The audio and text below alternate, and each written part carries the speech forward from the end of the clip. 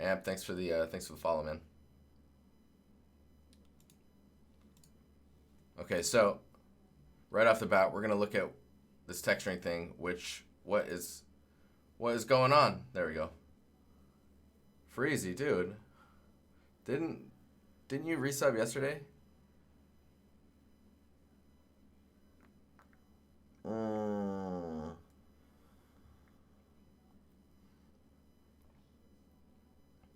2 years. Oh my god, that's so crazy.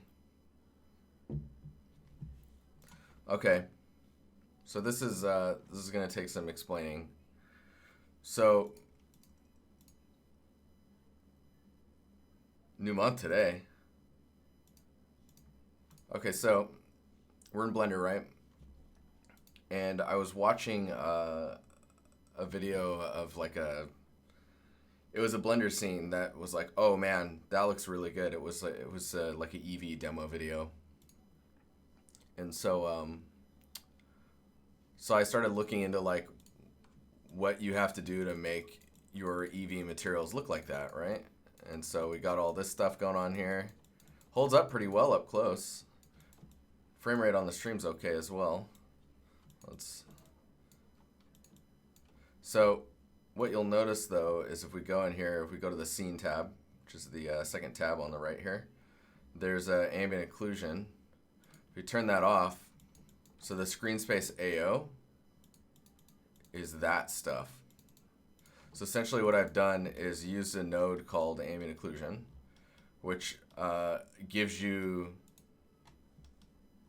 the ambient occlusion that's being generated in screen space and allows you the ability to build it into your shaders, which is super cool. Dude, this music though, it's pumping me up. I'm feeling it. Oh yeah, I got some hairs cut too. Ta-da! So let's turn that off. We'll turn the screen space reflections off. So this tab is fun, man. It's basically every post effect that you would want in your EV renders. So you can see there's some stuff going on in here. You're like, oh, what is that? What is this stuff here? So Noble, oh, thank you. Tier 1. So we're looking at this piece here, right? We've got, if I click on these pieces, you'll see we get materials that are presented at the bottom here based on like what I'm selecting. So the main one I worked on was the main body's metals with a Z. And what I'm giving it is this texture here. This is the only texture that it's being given. I think it's a 512. It's called dirty. It's even a JPEG. How gross is that? Decompression though, right?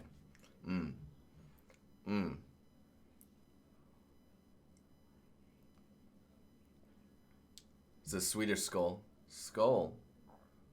It's coffee. All right, so what I've done is I've dragged in the alpha, right? And by default, or alpha, this grayscale dirty image. Simon, what's up, man? So by default, I believe it is just set to flat. We'll go into this view, so we're focusing on this stuff down here. So by default, it's set to flat, and repeat is just allowing it to continuously tile, which should be doing, right? So if you set it to box, you get this blend option. And the blend option actually is allowing it to, if we go back here, I've got a texture coordinate node. I'm plugging it into mapping. Generated is basically saying, hey, do a triplanar mapping on it, right? And then I'm plugging that into the vector of this texture. And by saying box, that gives it the triplanar pass. Let's see if we can't display it. Oh, it's not going to show it. I'm trying to remember where it shows it. Does it show it in this? Huh, I guess being able to break this down is going to be complicated, but either way. So what's happening is this blend is basically blending. Oh, right, thanks. I always forget about that because you can kind of do that on every window, right? Yeah. Control space on whatever window your mouse is on. Okay, so we've got this mesh, right? We've got some like floating decals and some other geometry, but this material we're focusing on is this guy. So we've got texture coordinates that are mapping into this mapper node, which essentially is telling this texture with the box to be a triplanar texture. Then I'm using a color ramp with ambient occlusion, which now we should probably look at with the ambient occlusion on. If I just plug this, the end results over here, so it's kind of like Substance for people that are trying to relate to something. We'll just plug that in over here. Oh, there we go.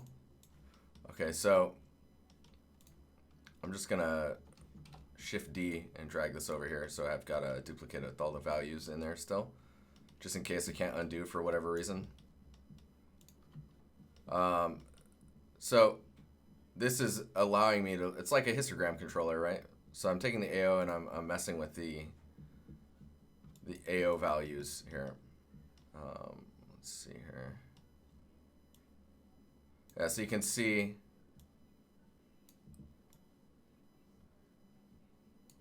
the ranges are getting screwed with. Now, one thing to keep in mind is that I'm blending the ambient occlusion together with this dirt. Let's go up here and we'll grab this one and bring this in here. So you can see this is the range that we're looking at. So this is kind of like Substance Painter a little bit as well, right? With the masks. So if I take this and bring this back in here. Hey, thanks for the sub. So this is kind of where all the dirtiness values are coming in for the metal itself, the initial metal. You can see when it comes into, you get a different roughness information. So let's yeah, see, come on, undo, undo, undo.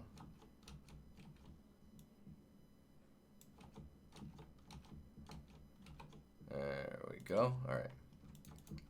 So that's where you'll see this like subtle, man, they just are rolling in. Thanks for the Twitch Prime, Phil. Larasaka, thank you. I don't know if that's how you say it, but thanks. So if I were to break it down, we've got this we've got the textural information here. We've got ambient occlusion here. And delete this guy, actually. No, I lost it. Anyways, we got ambient occlusion. We've got a texture here. We're blending them together, and I'm just letting them mix together. And then I'm crushing those ranges again. And you can think about this mix shader as like a blend node in Substance Painter. And these are the two materials. So I've got the rust material, which if I bring this back and plug this in over here, this is the rusty looking material that we got going on. It doesn't look as broad as it once did. What is going on here? That's weird. Anyway, so I've got a color ramp, which is basically the same as these ones, right? And I'm just assigning a color value to them. I've made this one constant, but I guess if I made it linear, then they have gradients between them all, which is probably going to give me a more reliable result.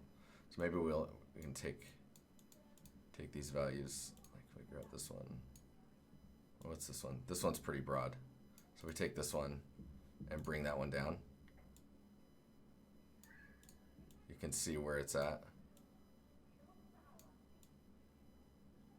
Anyway, so we've got this kind of information going on, right? And that's this material, which has its own roughness. I've removed the metallic out of it. And then I've got another material, which is this one. That's just this kind of clean metal material.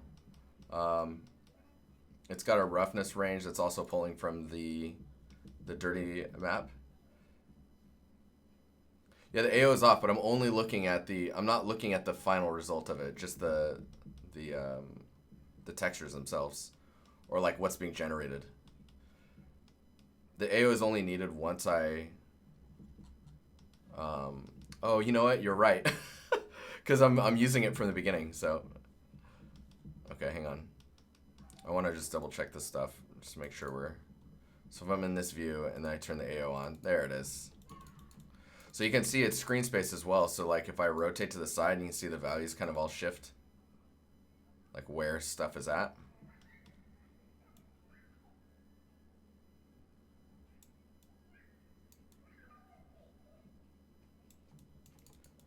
You can see it's kind of collecting around where the AO would have been.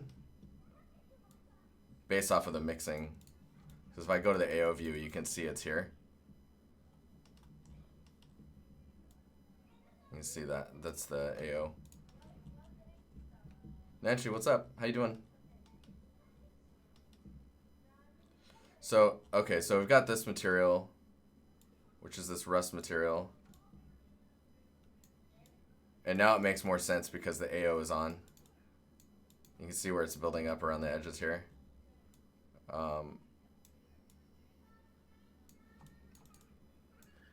Yeah, so it's pretty rusty.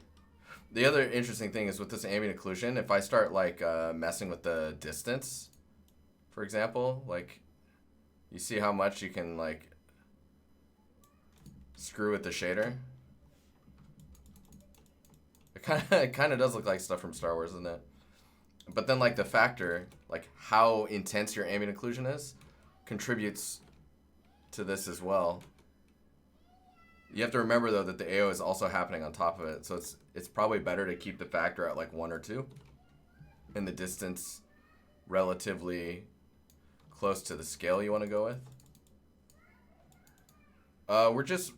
So Nancy, we're just trying to learn the stuff that's in this in Blender. Respawn, what's up, man? So about 2 months ago, we started learning Blender, and I've now officially am completely switched over to Blender, even at work. So we have this, right? And then we have this mask. And this mask is feeding like the mask between these two materials, and that's kind of how you're getting this surface when it loads in here, this surface. So you've got the kind of the cleanish metal looking stuff, which we should probably look at, like why it's so clean. It might kind of look weird being so clean. Let me see here. Let me find a good spot to, so like maybe around here.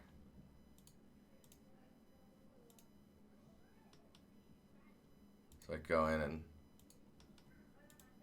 grab this one and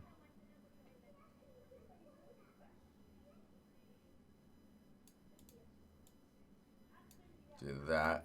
Basically, I'm giving the roughness some more range so I can see subtle information in the surface.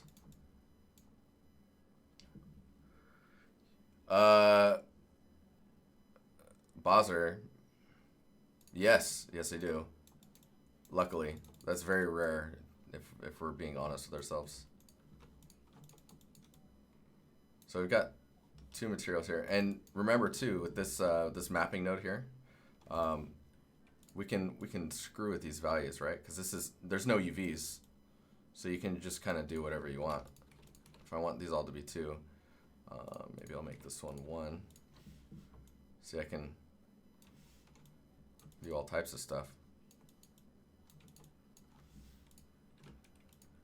But I think I set to like 2.5 or no, 3 and 1.5.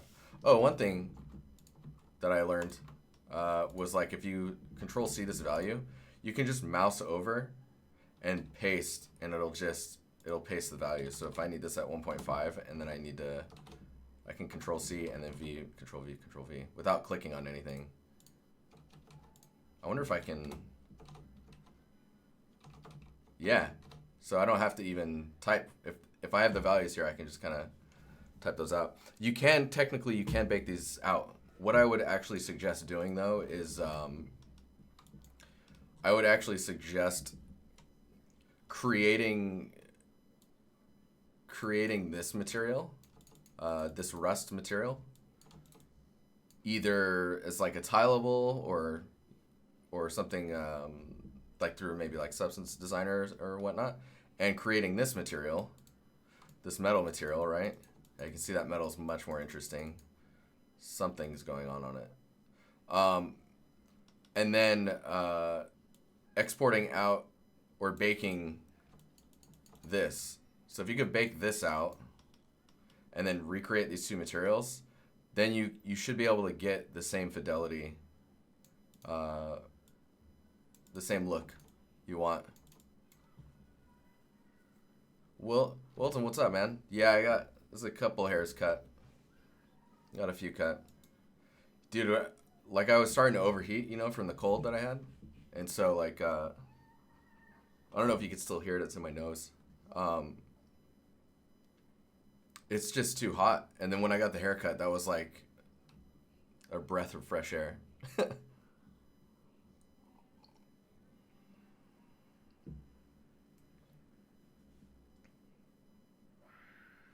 Oh, Phil, thanks for the comments, man. That means a lot. The main reason so technically speaking, I'm doing all of this for free, right? And you guys supporting through either donations or subbing or the Twitch Prime. Like I've removed all the commercials off of YouTube as well because like that was just getting in the way, right? Respawn, yes I am. Yeah, I'm at Massive. Hey, Pablo. But yeah, I appreciate you saying that stuff, Phil. That's cool. Thank you. Okay, so is there anything in here that doesn't make sense to anyone? It's like a really basic substance.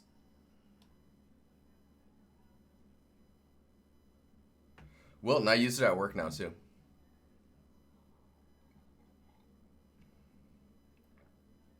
I wouldn't say that Massive is switching to it. I would say that they support it. Dracula theme for Blender? Is it a Dracula theme? It's an Empire theme, man.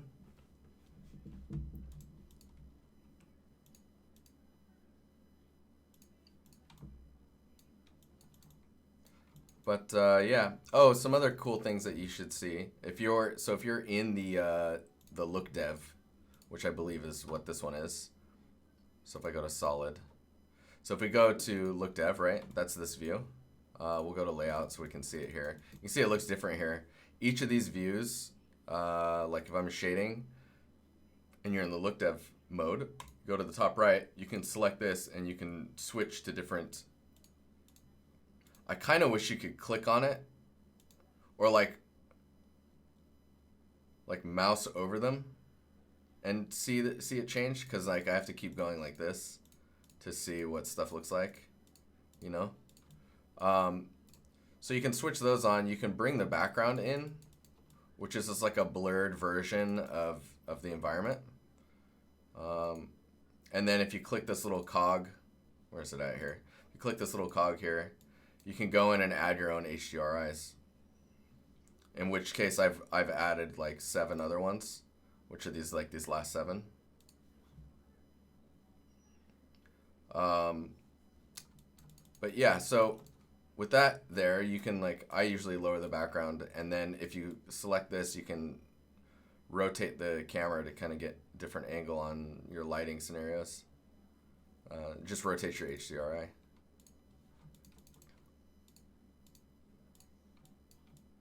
And it looks, it feels pretty good. It looks nice to me. So I'll probably be doing a lot of this for demonstrations and stuff.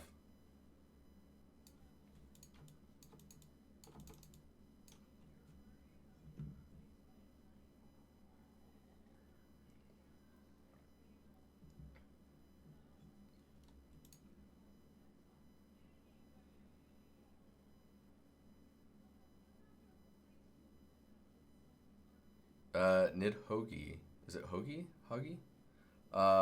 Aren't you still on vacation? No. So I came back from vacation and then proceeded to get sick. You followed some LinkedIn thing? You're probably following an article about a guy's podcast, which is our podcast. So we have a podcast as well. If you want to see stuff, you go to that website there, dynastyempire.com.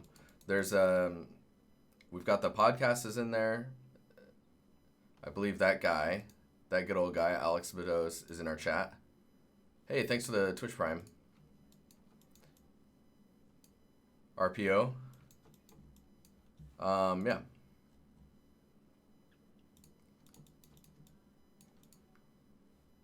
Oh, wow. Okay, so apparently there's enough of you guys in here. Thank you, everyone, for... Kaz is apparently... I think she's the one who gave it to me. Because of how many people have been watching the stream from last Monday, we actually have video quality controls, and I know a lot of you guys have been asking for that.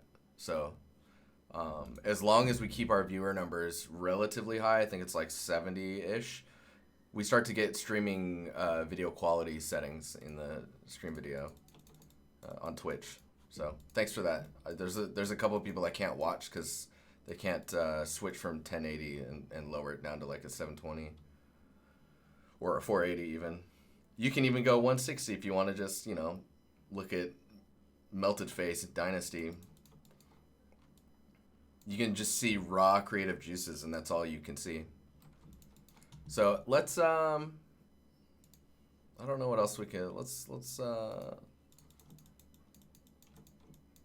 the 160p club. Yeah, dude. 4K win. Oh god.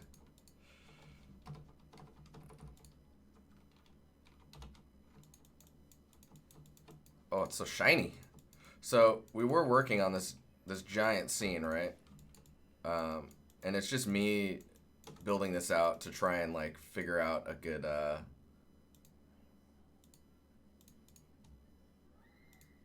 way of building in Blender, because I was not comfortable with Blender at all when I started the scene. And for me, I feel like the best way to push yourself to understand a tool is to just try to use it, right? So the way I actually learn is like, oh, okay, I know what bevel is, I know what extrude is, and then I'm like, okay, I'm going to try and make this shape. How do I make that shape? I'll just try and do it, and then when I run into barriers, that's when I'll just do like a quick Google of like how to bevel in Blender, so I can see where those hotkeys are or where it's at somewhere. Yeah, it's definitely I'm a jump in the deep end type of guy. But yeah, so I just kind of started doing that, and eventually I got to this, which I think I can bring up the pure ref on this. I started understanding the texturing side of stuff, but let's get this over here. So this window, for anyone that's going to ask, because someone asks eventually, they're like, what is that? So it's pure ref, and you can just like, if I do like a print screen and grab this and Control C, you've got this like unlimited canvas, right? And you can just Control V and paste it in here, and then if you hold down Control and Alt, you can left click scale images and drag them around, and you can save this. It's really nice, and it saves as one file that you can actually give to someone else as well, so that's pretty cool. Graffiti, what's up, man? Dude, the caffeine's kicking in. I'm just like talking. I'm gonna feel this later. I'm almost sure of it. Tej, you're feeling pretty fast about Blender, huh? That's good. So,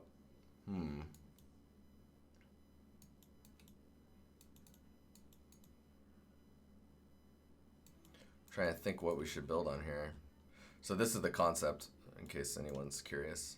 And you can like right click and go to the was it window? No, it's canvas mode. There it is, mode. Control Shift A keeps it on top. So no matter where you're at, it's always on top of your 3D app if you need it to be. Yeah, if you add them to Perforce, you can sync those down, and then when someone needs something, they just get latest. What is this action here? Ah. Okay, so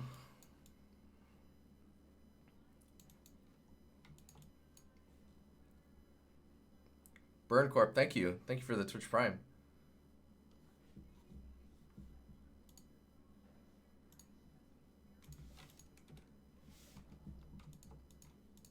Hey, thanks for the follow as well. Wow, you guys are quite active. I'm liking this. I'm liking this activity. You know what I'm saying? Okay. So, trying to figure out where to, I mean, we could take all of this mess going on here, and then just like try to detail it out. Yeah, does that make sense?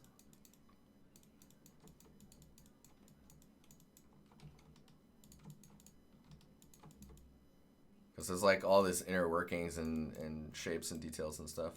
Let me see what else is going on in here.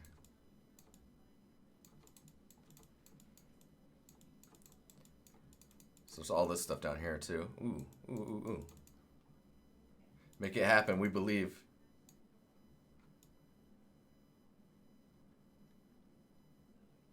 Oh man, your name's Coffee now, or Toffee, sorry, Toffee. Kotofe. You're just Toffee now. I like it. Hey guys, hope your day is going well. I'm trying to troubleshoot something in Discord, but it's not letting me paste pictures and troubleshooting top.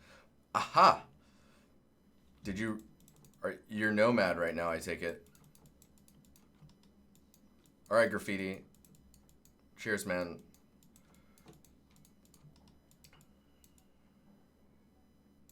Okay, so there's all these. Yeah, okay. This is what we're going to do. We're going to start working. This is going to take a while. We're not going to be able to do this in one stream, of course. But let's just grab all this.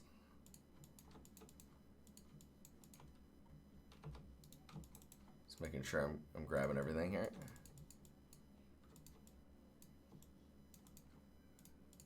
Have to do some cleanup as well, I'm sure.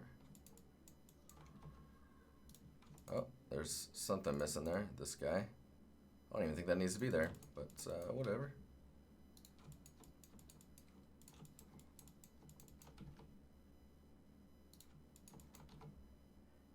Just making sure we're grabbing all the stuffs. All right.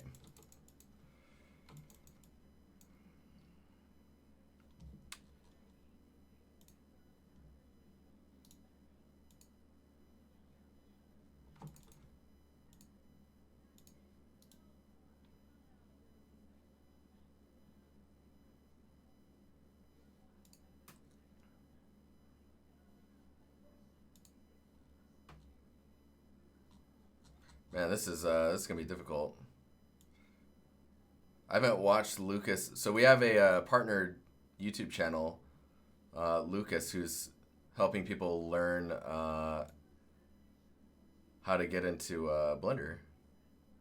Shift to parent. Does that work? No. What I want to do is take all of these props, right, and move them into this collection.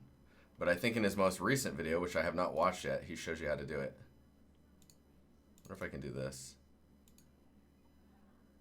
That kind of worked. Basically, I made a duplicate instead of moving them. Hit M and select collection. Ah, M for move. Yes, thank you. Okay, let's double check that. Okay, so I undid that, and I have my selection. Press M, and then you have all your collections there. Collection 4. Oh my god. Visibility. Isolate. Oh, that's sick. Alright, cool. So we'll save this.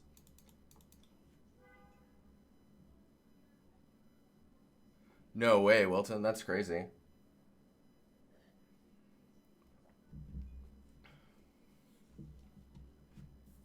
No, is that for real? That's insane.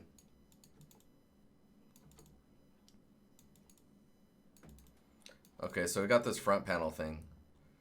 This is the important time where it's like, oh, okay, let's probably start naming this stuff, huh? So we're gonna go all the way to the top here. We're gonna minimize this, and we're gonna just like, I guess I would need to make an empty to organize these. Shift A, and then you've got empty here. I mean, I guess it could be an empty cube.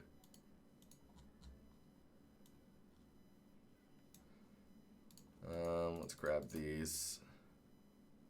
So if I press M, it's just collections, yeah? Oh.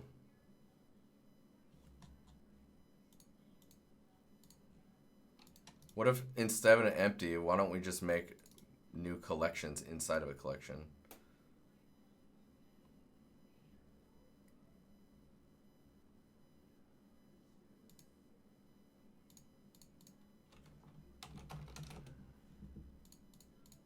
Oh, that's cool.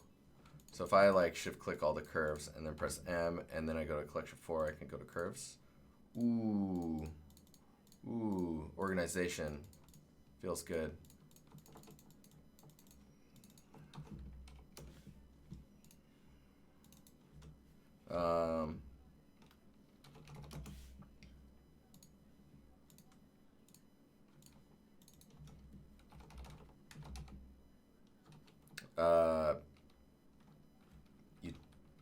Utility boxes.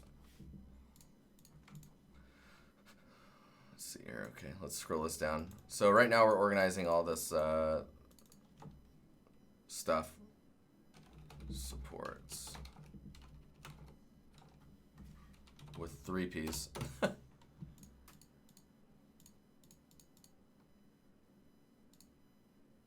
Pipes. Still a curve as well. So these symbols on the side will tell you what they are. Like this is geometry or mesh, and then these are curves. Let's move those into curves. So now see it says curve and then it's got the 8 on there, so it's telling you there's 8 curves inside of that.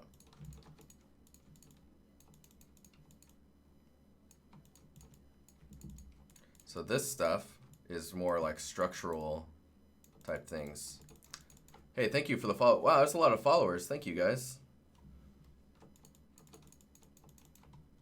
Do you guys have any questions in chat?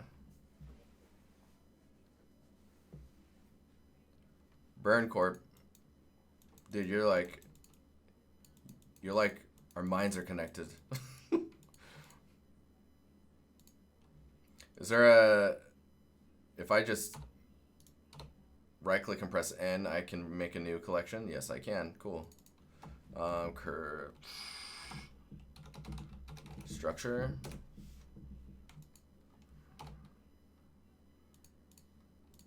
And we'll just call this like front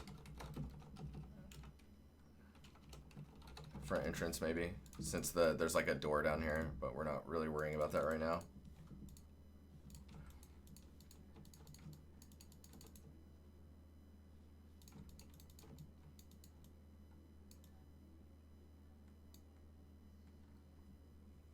Is Moto DED now? Yeah, I mean, I don't have a license for it, so yeah.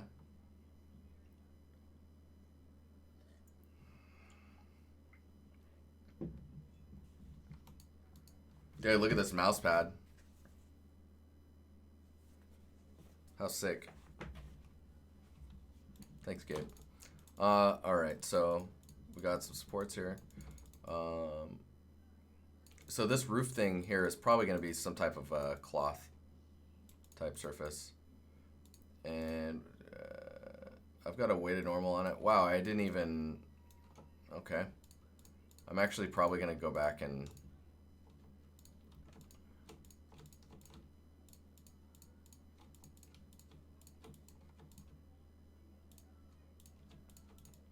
Sorry, hang on. My brain is like trying to figure out what's going on. So I'm actually going to go through.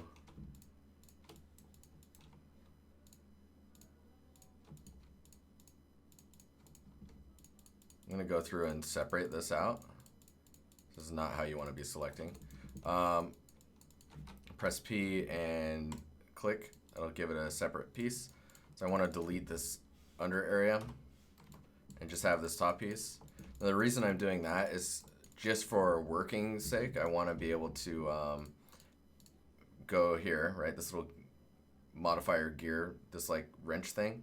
So where all your modifiers are. I'm just gonna add a bevel on there, or no, sorry, not a bevel. And is it a solidify? And I'll do it before the weighted normal. So you can see like the weighted normal is helping with smoothing information. So and this is the toggle visibility on the stuff, on the modifiers. So if you drag this thickness, if you go outwards, it'll expand outwards. If you go the other way. So we'll just do that. It's basically the same thing, right? But now I can, if I edit this mesh, like I can grab this edge, for example, and extrude that out, and you can see that it's still adding the thickness afterwards. So that's pretty handy. And then I can still change the thickness afterwards. So that's really, really nice. So we're gonna make sure that we just leave it like that. It's gonna be much easier to work with. Hey guys, moderators are freaking out because we're almost at 100 viewers. So if you have a way to share the channel, you can maybe make their dreams come true. I would be lying if it wasn't my dream as well. So just putting that out there. It's like, guys, I'm sick. Let's get like a record number of viewers on here looking at this sick dude.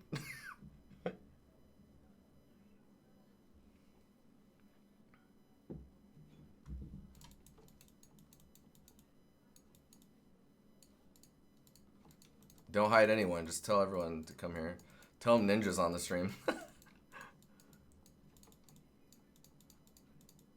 Almost out of coffee. Me too, man. It's going to be okay.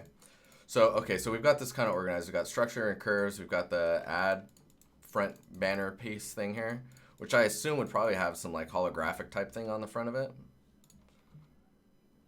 Depending on like if you want to go really futuristic or whatnot.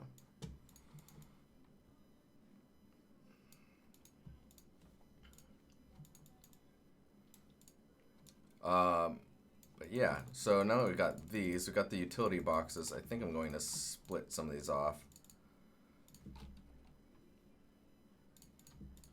So if you're new to Blender, if you press, if you have your mouse, okay, so sorry, select an object. If you're in edit mode, and let's say you're in face mode, for example, which you'll see up here. If you select a face and press L, you don't even actually have to select the face. Just have your mouse over the objects that are in object face edit mode or a edit mode at all. And when you press L, you'll select it all. One thing to keep in mind is if you do like this and then press L, you're not going to select these ones. For that, you would need to actually do Control L, and then it'll just basically expand this. Ross, dude, thanks, man. Roscoe. Thanks a lot, dude.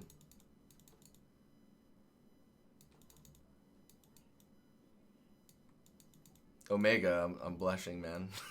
Thanks, dude.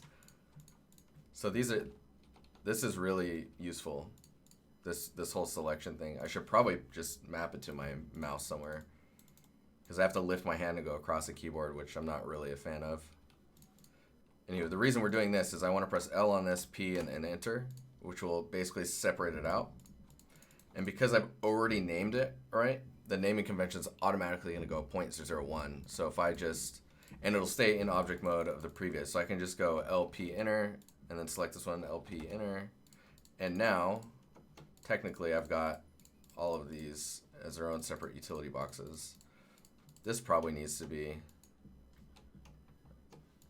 these guys here. Need to be split off. And then I want these to be part of this. So I'm just going to select this one and then press J. Control J. And they'll join them together.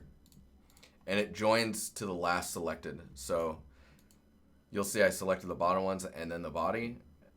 And then pressing Control J will merge everything that was selected into the last selected object. When you hit to select sub-object mode, you have a pie menu. Is that an add-on? That is an add-on. That's I think that's machine tools.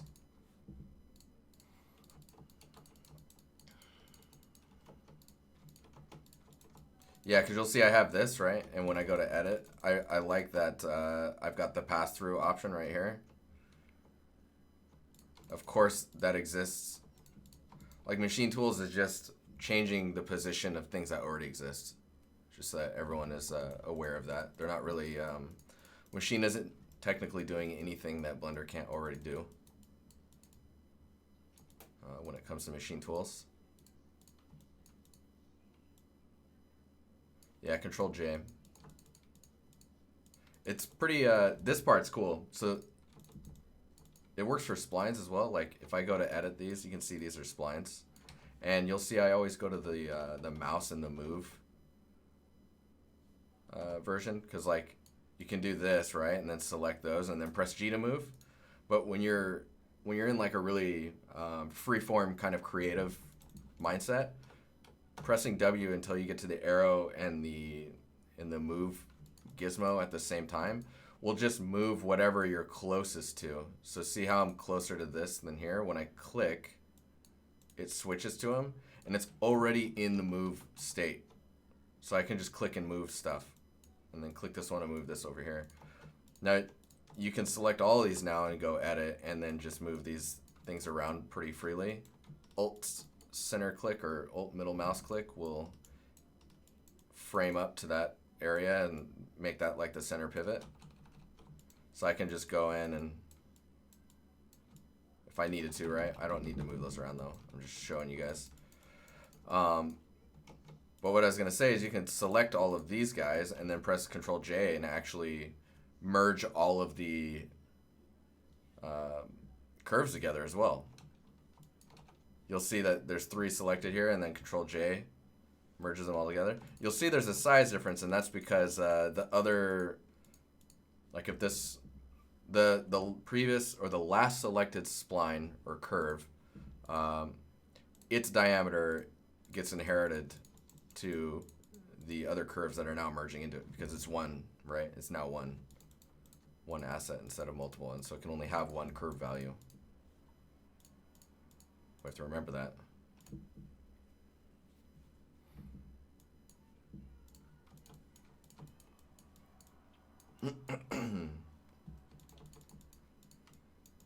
But yeah, so this piece up here, we're probably going to tackle these all on like a little bit of a different way each time we go through them. So like this one, for example, if I press Control F, which I think is, I think that's a machine tools. Yeah, it's called machine focus.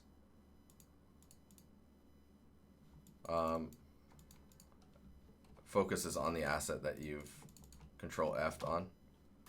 So if you deselect and Control F again, it'll all come back. And it does that in a specific order too, which is kind of crazy. So if I select all 3 of these, Control F, and then Control F to focus on this, if I deselect and Control F, it steps back, and then it'll step back again if I do it again. It's pretty handy. If you need to temporarily isolate something, but you want to keep your overall isolation in play. What is going on here?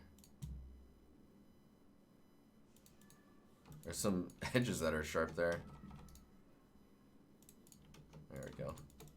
Set those smooth. So it looks like maybe there's some like subtle frame information going on there too. Collections are new to Blender, yeah.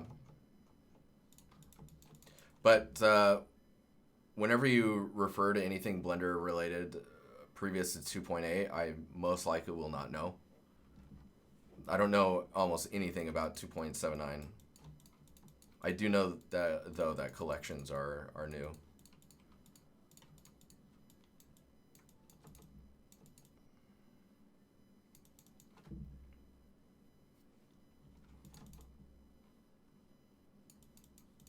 Nice, Keith. Just thicken this up a little bit more. So it's pretty cool. We could do like the solidify, right, to add the thickness to this. Let's oops. This view here, this is also machine tools. We're just gonna turn the wireframe on our selected asset only. And then that'll allow us to see what's happening here. So we've got our solidify, right? Maybe I want to add a bevel as well. And we'll do the bevel before. I'm using these arrows to change the order in which these happen. So we're going to do solidify, bevel, and then the weighted normals. Let's go to the bevel here. And let's change the width. Or sorry. That's not working at all.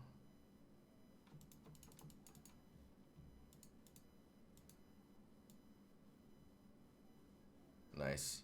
So this one's doing a bevel based on angle of the geometry. So these aren't beveling currently.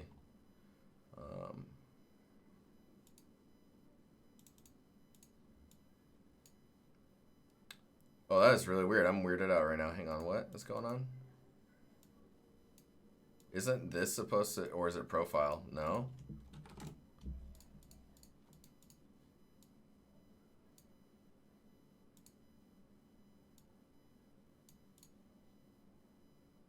What?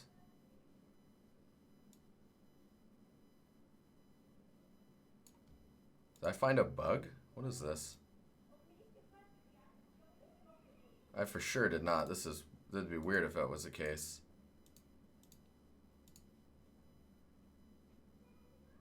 Clamp overlap? This one? Aha. Nice. Thank you.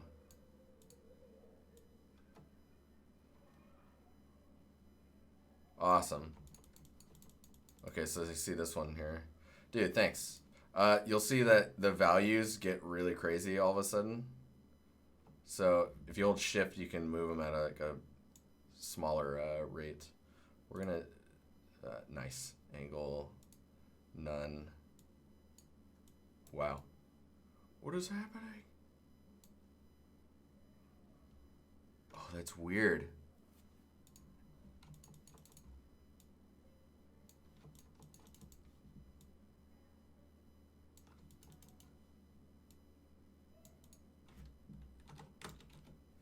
We can do that for now, that's fine.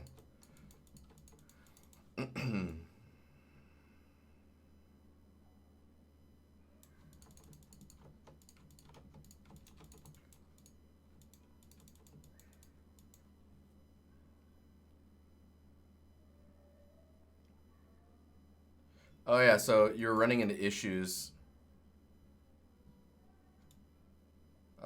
You're running into issues by not being able to select geometry in edit mode while using modifiers.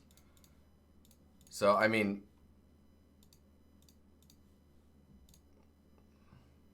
on cage, nice, okay. How do you use the pie menu? This one? So the pie menu is part of the Machine Tools plugin. Without the pie menu, then you're just using the number keys to switch between like which edit mode you're in or which element you're affecting, verts, edges, or faces.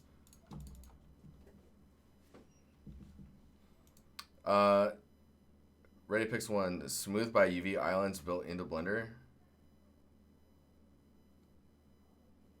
I am not sure.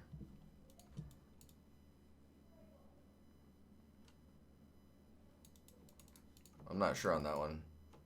Oh yeah, I need to make sure that this is W. There we go. Okay, so we got these guys. So that is definitely a tube of some sort. We need to actually build a connector for all these tubes. So there is that. We need to also... So these are probably okay. But then it's this piece we need to build out. Can we make out what that is? Kinda, not really. It's super pixelated. That's definitely like a 160p resolution action going on there. Okay, so let's focus on this one. So one of the downsides that I have not tried to figure out what to do about is, so you can see that this asset is rotated like what, like 45 degrees or so. If I want to work on this, is it easier for me to correct that? And then, you know what I mean? Like, should I make one that's straight and then position it as like an instanced collection? Does that make sense?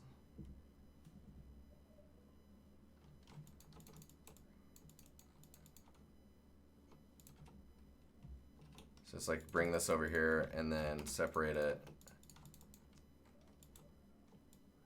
Custom orientation align to face. Are you talking about, wait, where do you do that? Transform orientation? Oh, I see. Okay, let me see. Because I wonder, does that work in every, yeah,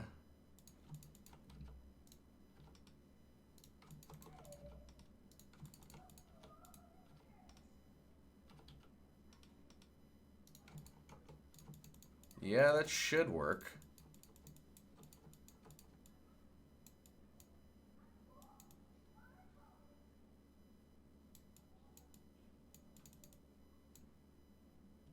Because you're talking about this stuff, right?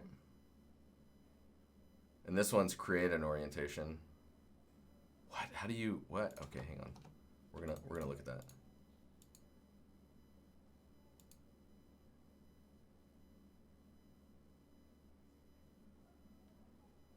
Whoa.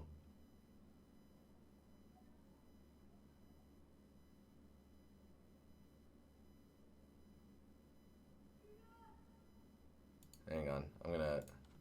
So if I go to this one, let's turn the grid on, right? Does that rotate the grid?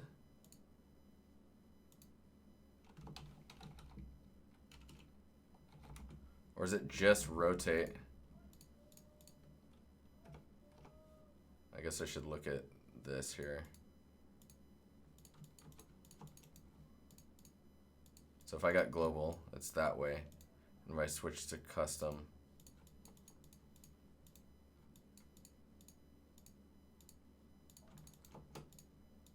wait, what? Does that, so wait, that actually corrects the,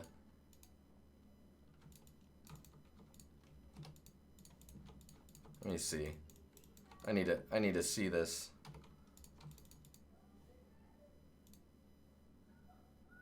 So if I just turn these off, and we'll go to here and we'll just,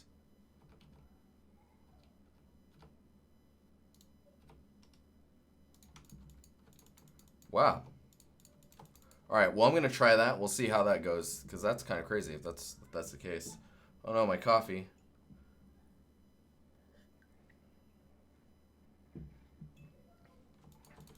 Okay, so we've got some type of a little box thing going on here, and then there's some feet to it.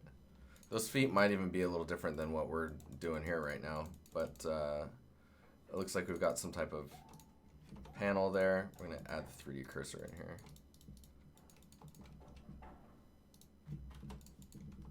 Shift A, mesh cube, global, custom. That didn't work. We can do it off cursor, yeah?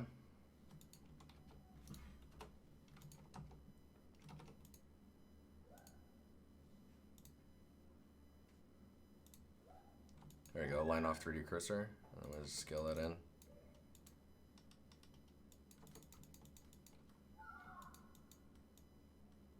Yeah, double tapping the axis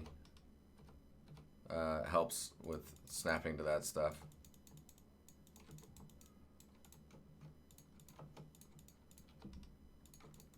So I'm guessing there's some type of, it looks like there's some type of panel here. I think it actually even, we'll get weird with this because nothing is more interesting than a box that's just a box, right? So we're gonna go outside of the box space a little bit. Like that. Yeah.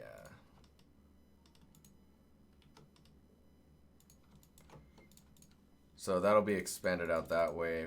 we can dupe this, and then we'll shrink this down.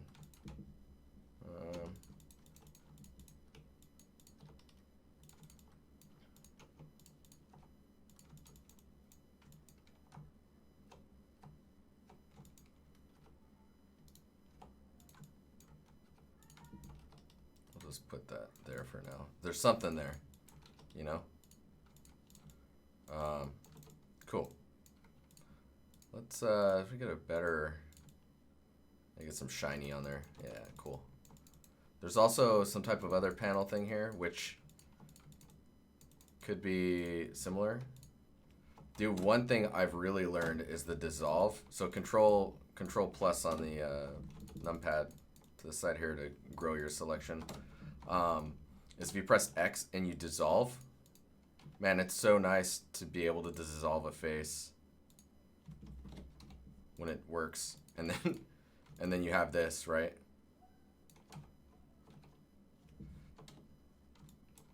If you dissolve that face, it just zeroes it out, which is super nice. So you just are left with the original face. So I think this one, I'm gonna need to occlude. Bring this out over here, and then I think I'm actually gonna bring this stuff down. And then there's something here maybe.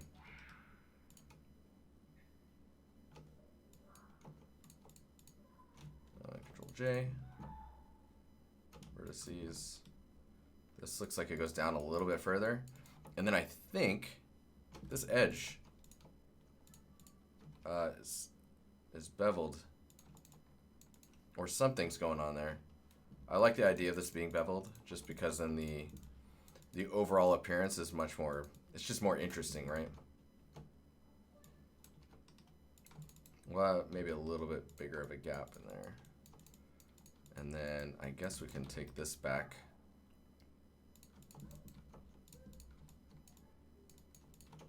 And then, yeah. Let's make those edges sharp for now. Or actually, how's the normals are set to auto? There we go. We'll just lower that.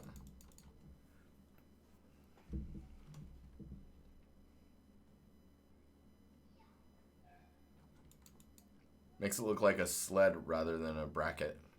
You're talking about this bottom area here? Yeah, I'm going to need to figure out what I'm going to do with this thing here. Because it almost looks like it goes inwards a little bit. And then those are just kind of like embedded in the... let's do this. Control L and then P, enter to separate. And we'll go back here. We'll grab edges. We'll grab these two. Let's see what this looks like. If we did this. And then instead of these, let's just dupe this down here. Let's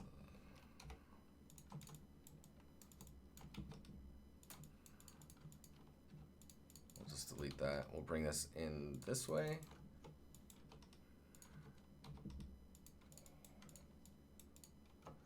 Maybe they're like little pegs.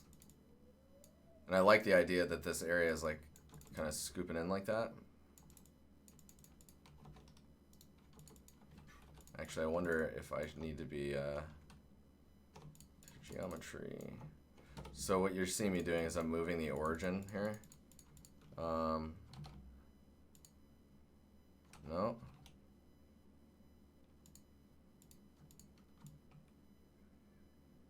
Oh, that's weird. Wait, what?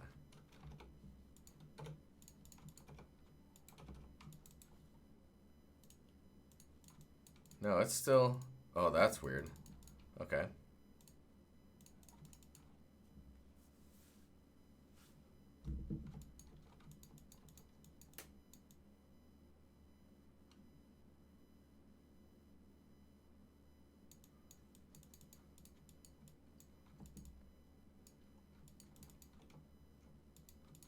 See, I wonder if bringing that back is weird.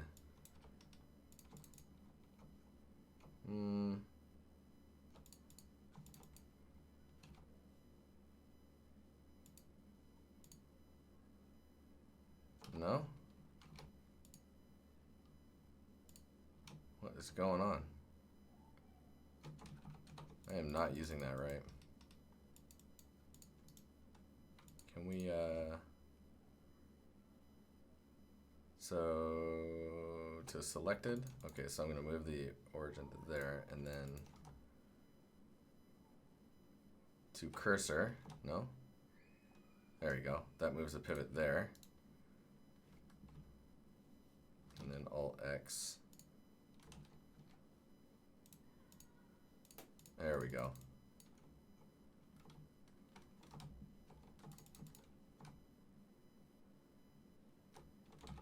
Aha, okay.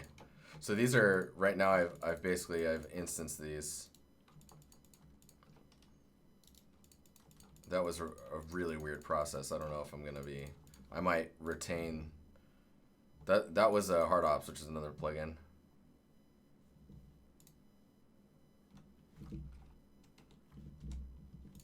Okay, so let's, we're continuing to think about the overall shape. This top area, I really like the idea of it being like pretty rounded. And then I guess there's like there's some type of other bracket panel thing here. And you have to like, I mean, half the time you're just making this stuff up, right? You're just trying to make something that looks interesting. And you're going off of anything that you can kind of grab a hold of to help you like understand what you're building. The first blue icon adds a modifier. The third one makes a mirror without a modifier. Oh, all right. Let's look at that again. So, if you have hard ops installed, it's going to be doing the mirror off of the pivot. I needed to move the pivot to the center of this object. So what I did is with Shift S, I moved the cursor to the origin of the object that's selected, which is there, right? That's the center of that. Then I select this one, and you can see the pivot. Let's say it's there. I'm saying to cursor, and that's the cursor. So to cursor moves the pivot to that, and then I can press Alt X. And you're saying the first blue icon adds a modifier. The third one makes a mirror without a modifier. This one. If I select that. So now, so you can see there's no modifier here. And these are unique of each other, but they're perfectly mirrored.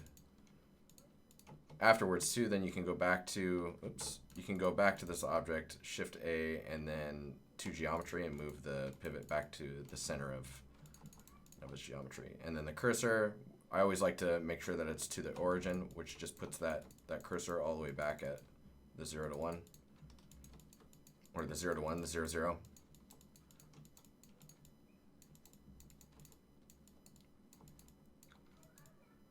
Okay, so if you think about how these are stacking on top of each other, like there's another one above it, right? So I think from a design standpoint, you probably want the smallest, like in real life, you'd probably want the smallest footprint on the back that's possible. That way you can have other things positioned here that hold up the next one above it. Does that make sense? So maybe now we're looking at the shape in this form, which helps validate the size of this. I can bring this here. And then we can bring this forward like that. Let's, okay.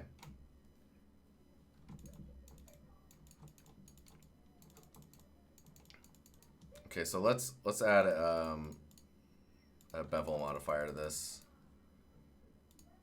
And we'll add a handful of segments.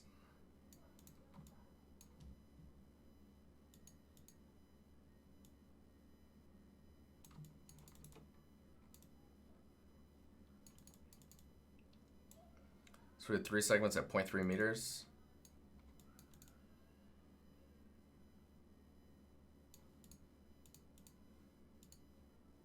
We'll bring that above so that we get the nice smooth. You can see without this, you get some weird like weighted normals, man. They're the future. Everyone should be using weighted normals when they're making stuff like this. So let's look at this one. Can we actually, can you copy a modifier? You know what I'm saying? Like if you wanted to take the modifier values that you had on one, can you take this one and then duplicate it? It doesn't look like it. I just remember. Control L? No. Really? Oh, to link objects. So if I do this one and then Control L. Wait.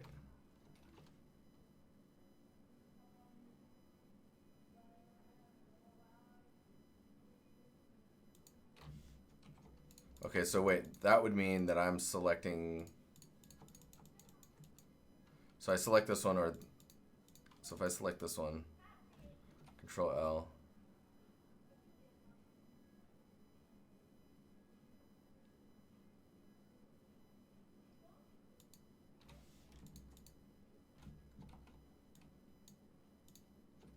Oh man, I don't understand how this works at all. Modifiers? Yeah, okay. There it is. So if I take this bevel,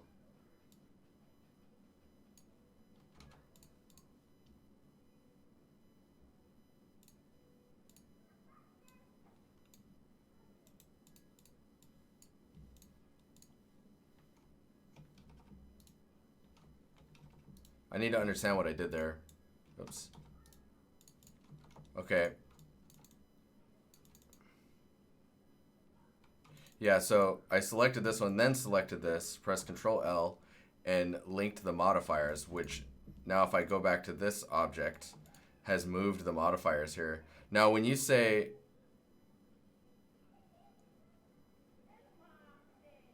you probably can do those with Blender nodes. I haven't even looked at the Blender nodes yet. We'll save that for once I'm pretty comfortable in Blender itself. So with these linked though, like how do I know they're linked and what does linking do? Or is that just me duplicating the information over? Like it looks like I can modify this individually of the other.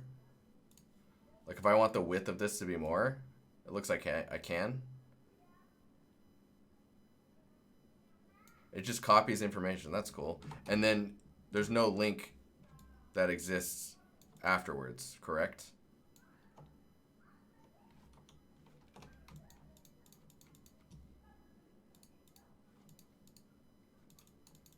They're not actually linked anymore. Man, that's cool.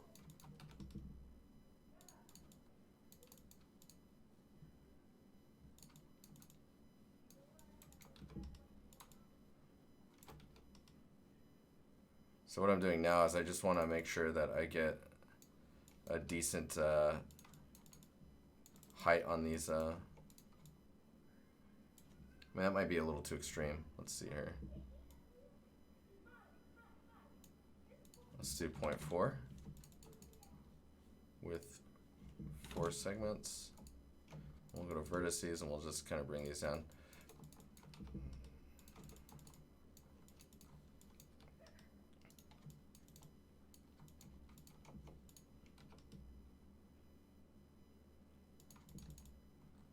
So you can see what I'm trying to do is just kind of clean up the shape. So it's kind of close to when bevels are occurring that they're actually beveling at the right time for me. Does that make sense?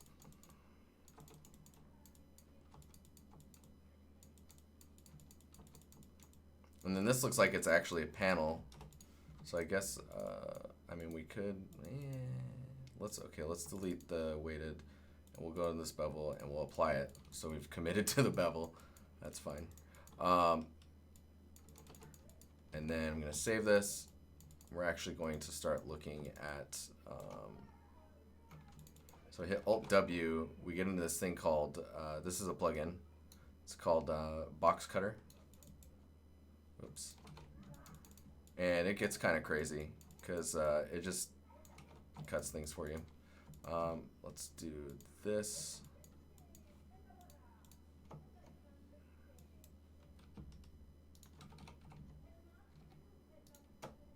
make sure that the cursor is to the geometry. So we got the pivot at the center of this. Alt X. Let's go to this one. Do like that. Okay, so now if I do like that.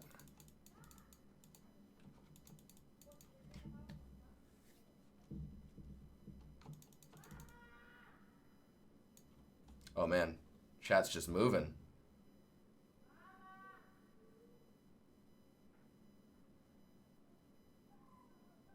The bevel shader? Oh, you're talking about round edge, yeah. Round edge shader.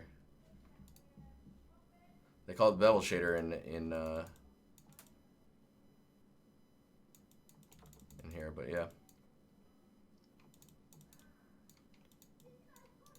Okay, so we started using cutters, but where are they all? That's good, we're not seeing any of them.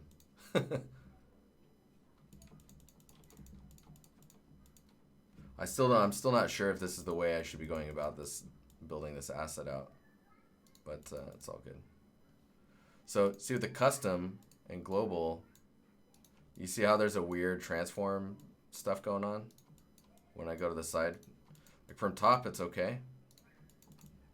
So with box cutter, I might get a little pissed off.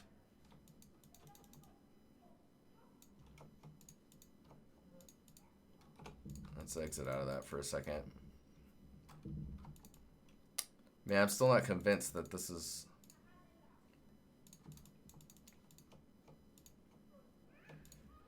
This is where I start running into the wall that I've not actually made any hard surface stuff really before. Like, it's pretty easy once you have like an understanding of the design. Like when you can just start making up shapes. That helps immensely, right? So let's say, okay, let's say that this is like a panel. So this is extruded out. Let's do this. We'll press P. We'll separate it out so we can work on this separately. We're gonna go to the face. We're gonna inset, and then inset again, but hold down Control to extrude instead.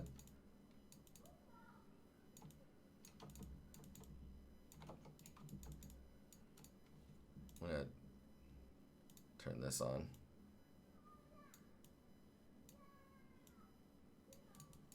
Makes it easier to see what I'm doing. The shadow's a little darker too. Okay, so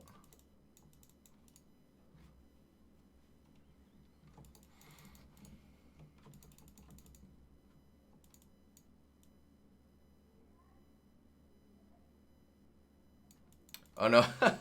I mean, I know machine tools already, but machine tools is pretty straightforward. It's just a matter of like knowing where those buttons are at.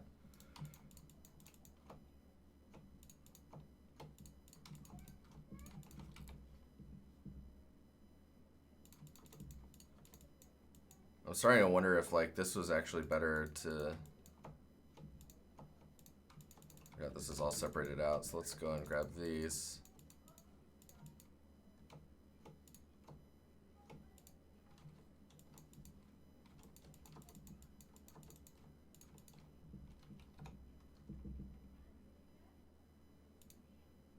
There we go. Oop. Hang on here. YC. YC. Click. Just unbeveling.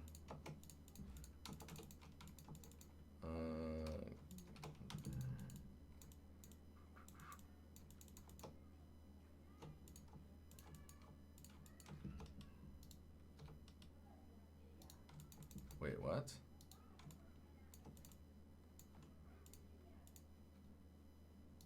Oh. I pressed O. So I've got soft selection on. Hilarious. Okay, so let's grab these. Bring that up. So we got this bottom piece here. We got this piece. Okay, so.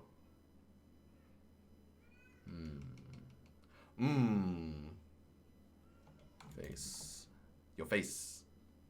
Edges. We actually need to face. Join these together.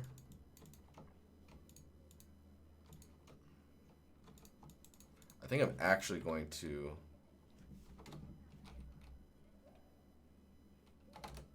separate that out. Grab this one. F to cap, face, then X, dissolve face. Nope.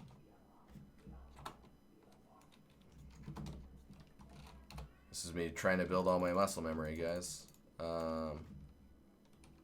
X, dissolve face.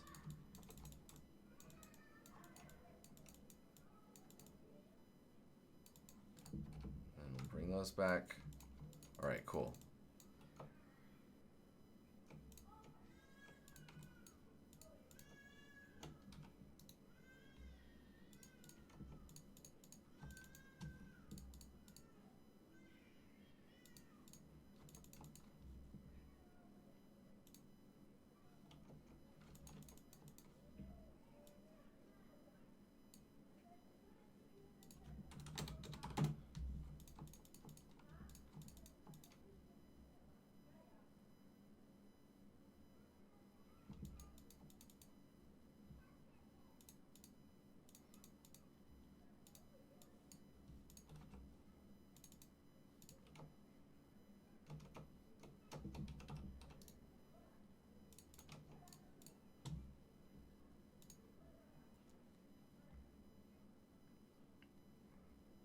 Dude, decal machine.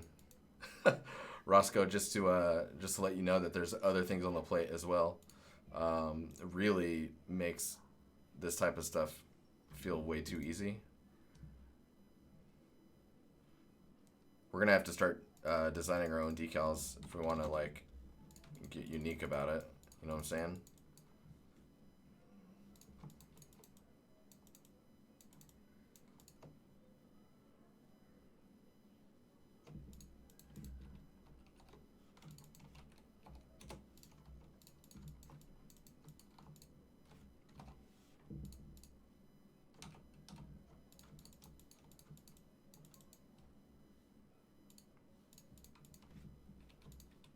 Man, I love this linking thing. Oh. Like, what is this madness? It's part of the cutter Boolean stuff. Okay, we'll do this one. That linking is sick.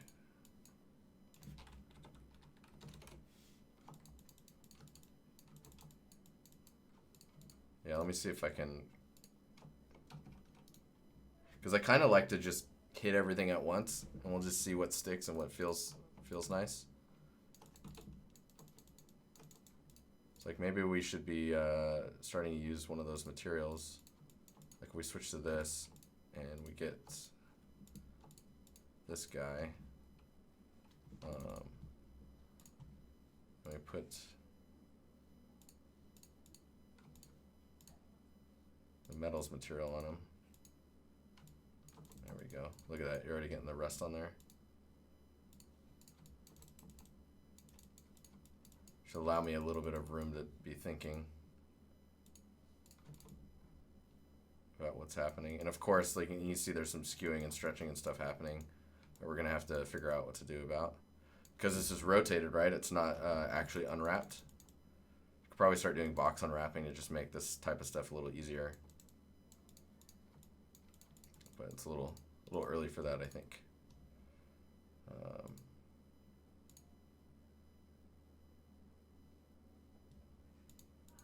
How do you duplicate a material?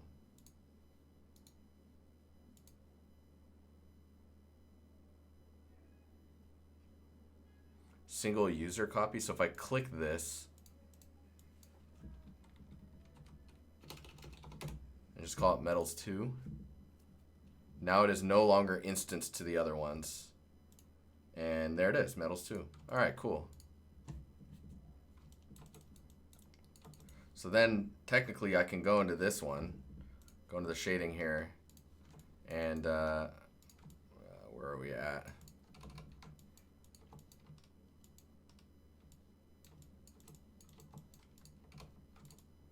Go to this, right? And then go in and tune the metal for this one, which is metals 2.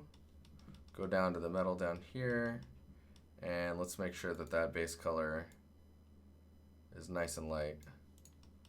And yeah.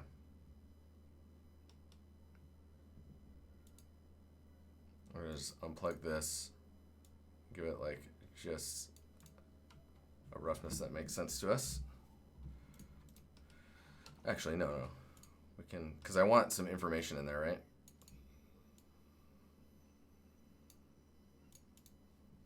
Let's just do, yeah, so some info in there. They help me think a little bit, you know? I don't know if we necessarily need the rust in there, so I'll just plug this in, bypass the whole material blending thing going on.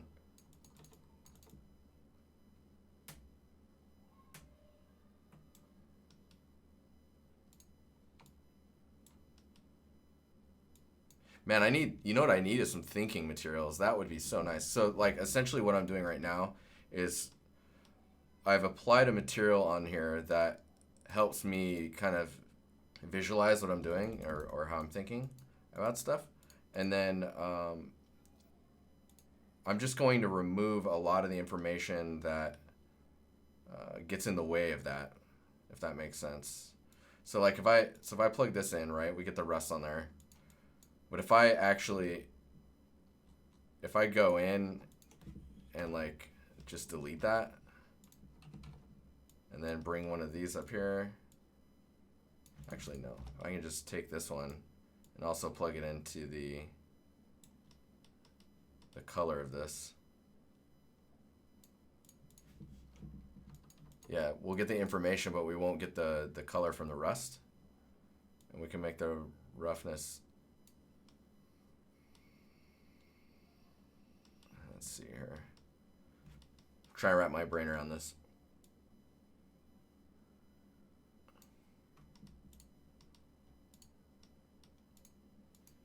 Yeah, thinking materials. I don't know if that, I don't know how much sense that makes.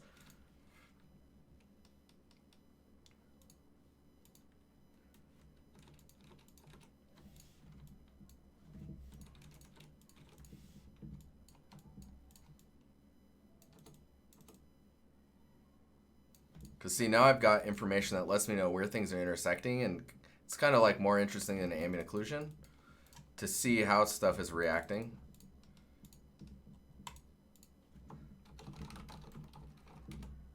So if I rename that, does it actually, yeah, so it just renames it. Okay, cool.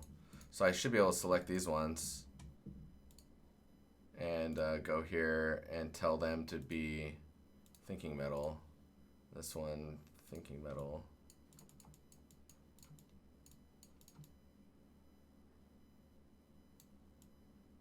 Nice. Okay. We can go back to this. So this should, you know, it lets me visualize stuff.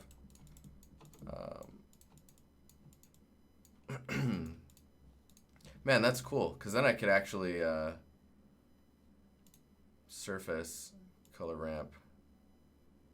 Oh man, that's sick. Okay.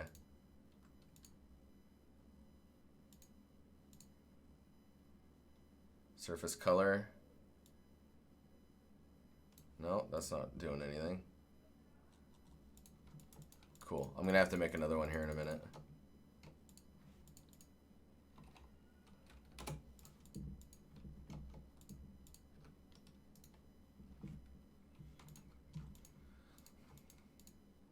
So is there a, so you know how we're pressing M to, oh, interesting, where we can tell it where to go with the collections, like move to collections. Is there a way to pull up a list of materials and assign materials? Instead of having to go to the material tab and then click this and then go down to think materials or think metal.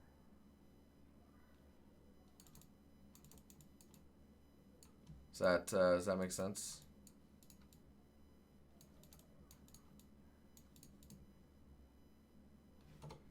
I think machine tools does. That's one thing I decided not to like dive too far into, because I think you actually have to like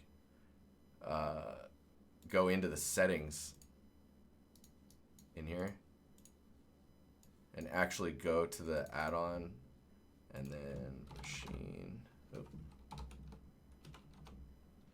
And there's machine tools, right?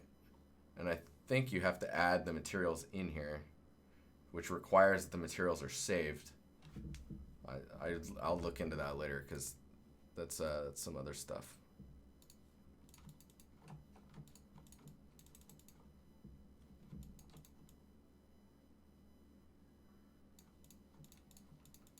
So if we think about this panel here for a second and just think about what could be on here. This is where it gets a little scary, because you could go too far too early. So if you press D, you can get to decal machine, which is a plugin that I paid for, and then you can just select these elements and kind of add them as needed. Obviously, I have no idea what's going on there, and I'm assuming there's like some type of panel information happening. Maybe some vents. See, and I added it. Where the hell is it? I guess it's hidden because I'm working in a hidden mode.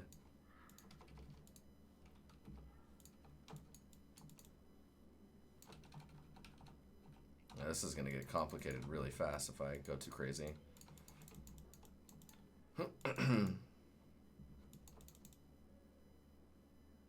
Yeah, later, Keith. Thanks for hanging out, man.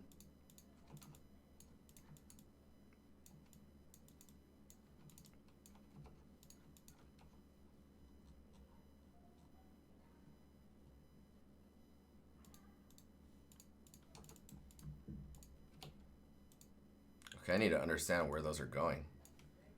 So it's in here. It's selected right now.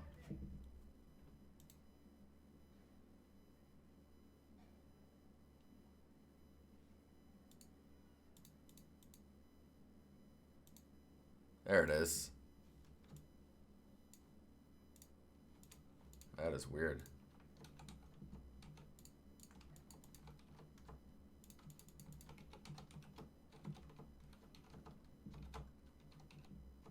See, and then the rotating.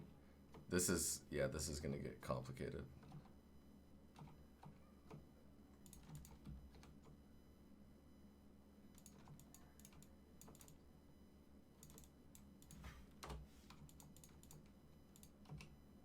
So all the decals go into the same folder. Kaz, what's up? How you doing?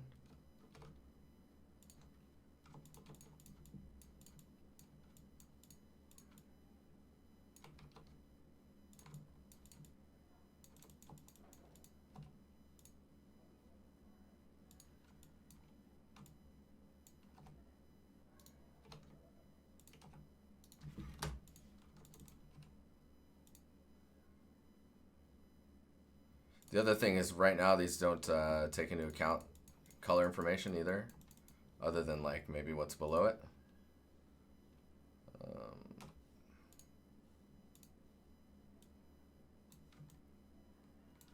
So see, like this, that's not matching at all.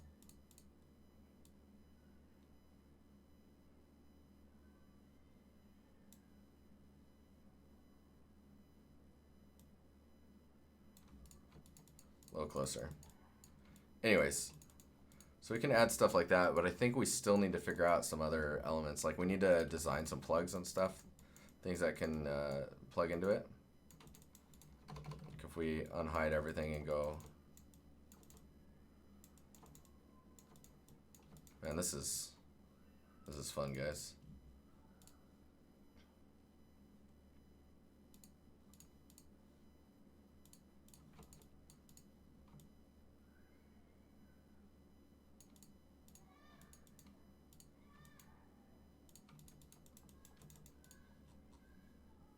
Turn on this one.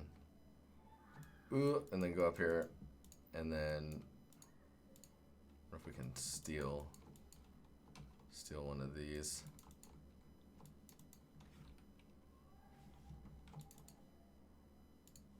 array off.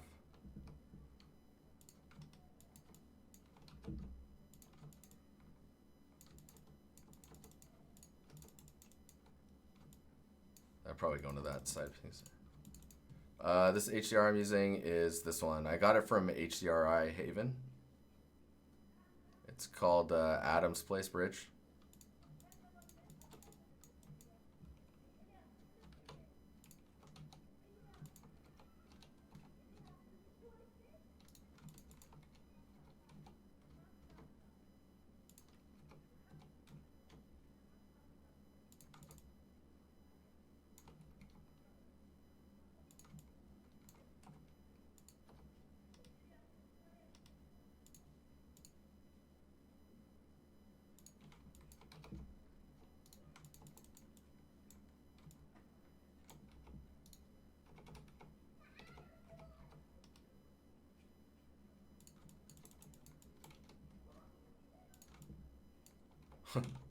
Oh. It's getting too crazy, guys. It's getting too crazy. So one thing I should probably say is while we're looking at all these cool materials and stuff, it's probably best when you're trying to, like, you've got your thinking materials that we're talking about earlier, right? I'm just going to go to the most recent. I don't mind where I was at. It's probably best to be in this state more often than not. You can put your textures on there if you need to see what's going on. And that's just because performance-wise, you're going to get in a better place, and there's some other things that you benefit from having it in this state. But yeah, I'm still not... This is where I'm starting to hit a wall with my own design skills, and I need to expand on like how I build stuff. This is one of the main reasons I wanted to switch into Blender, is because it got a lot of the technical stuff out of the way and just allows me to think about how I do things.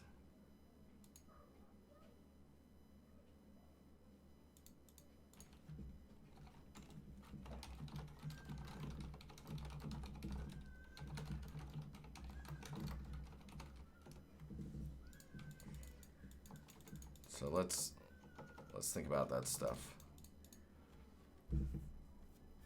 Also, I'm hating the being on this rotation, so we're gonna just kind of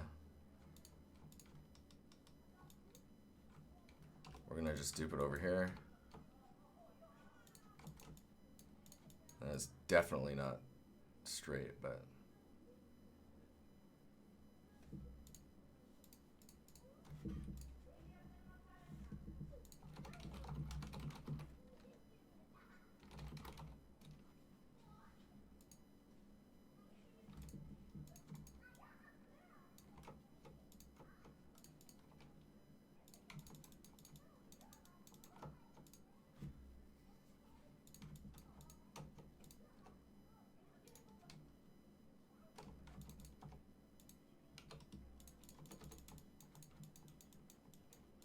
you hear retro wave party in the background. Dinar, what's up, man? How you doing? Rusco, dude, I didn't say it, but thank you for the Prime sub, by the way. Thanks a lot, dude.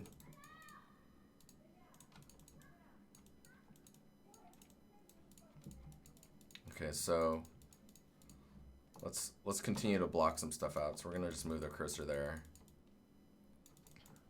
We'll leave this here so that we know there we go. So that we know where we need to be rotating things. I think it's just a 45-degree rotation. Let's look at the top area here.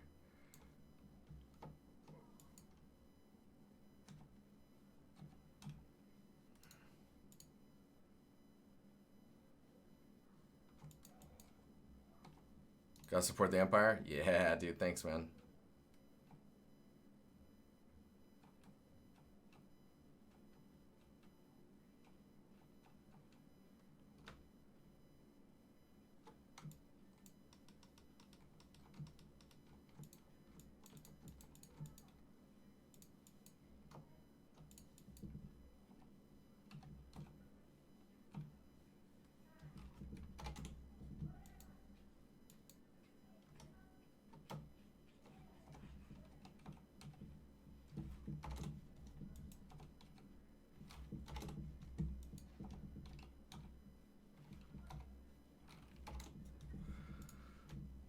I'm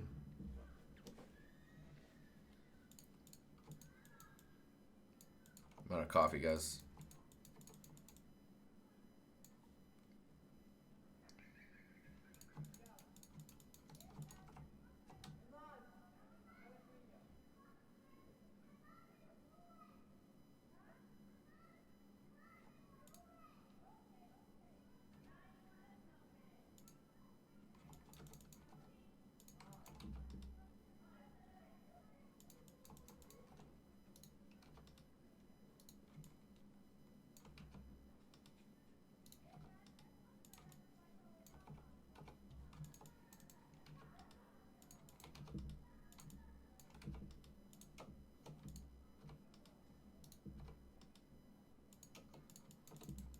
Just gonna try and figure out where all these guys are gonna be.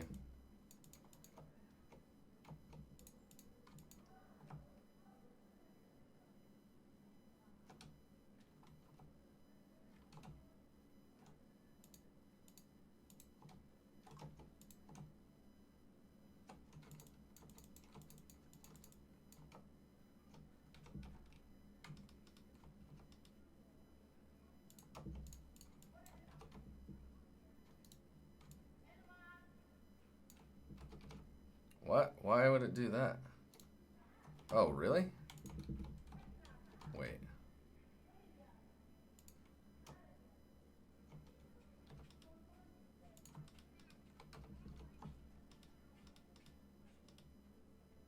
So if I do this, okay, how about now? Huh. Interesting. Okay.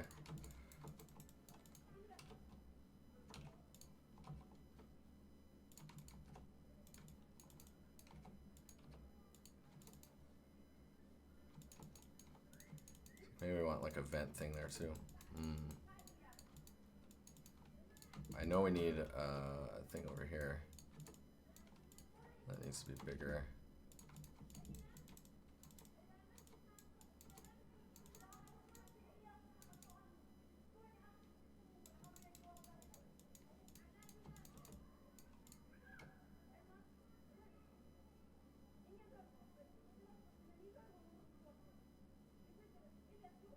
Is there an advantage to having one complex object over having many simpler objects? It depends. There's so you mean like having these all separate like this? The main reason I'm modeling like this is because it makes it easier for me to work, right? But maybe afterwards, maybe I'd Boolean these together, or like I don't know, like. I would say in the end, they're going to be one asset inside of your game engine, right? But you have all this geometry that's on the inside. You want to make sure to get rid of that. So at some point in the process, I would probably Boolean these together just so that I don't have to worry about that aspect of it. But like, for example, this one, like if I wanted this piece to stay separate, I probably need to do this. Shell or solidify and add some thickness to this just so it's like that, right? So there's not as much overlap.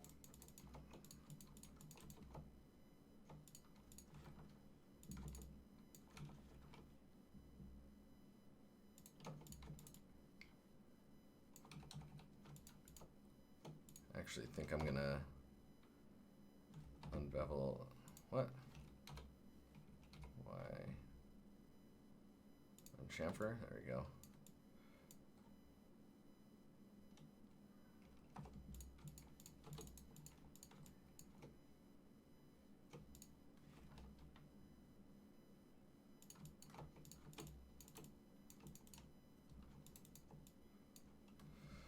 What would be your top piece of advice for people to keep motivated when working to become an artist and also working full-time at the same time? Oh, man.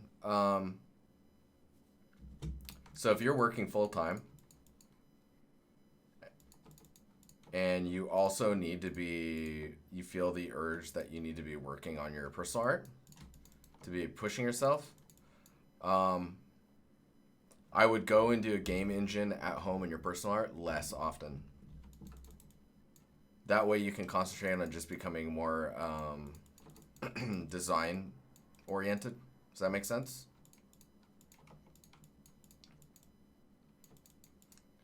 Because that stuff can translate over everywhere.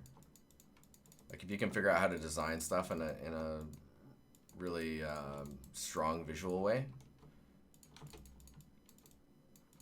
you'll get to a spot where basically it doesn't matter what game engine you're in or what 3D package you're using, you're going to be better because of it. So I would suggest that. Less game engine at home, more designing and understanding the mechanics and creating things. And like if it's, there is some caveats to that, and it also depends a little bit. It's like if you want to be making foliage for real time, maybe you should be building the foliage. Like maybe learn SpeedTree or how to do foliage population through Unreal or Unity. And what makes that foliage look good, right? That type of stuff.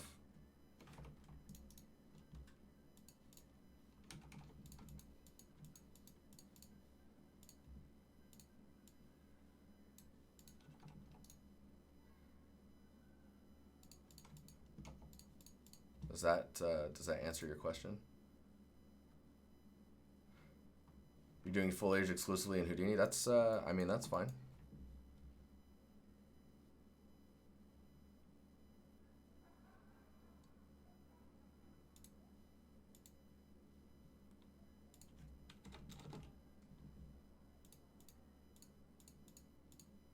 Okay, this is weird.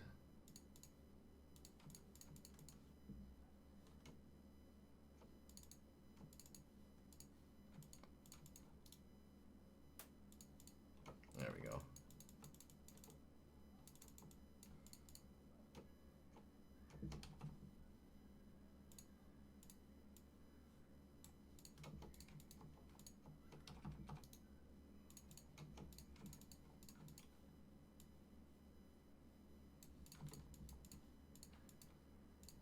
Just gonna delete these.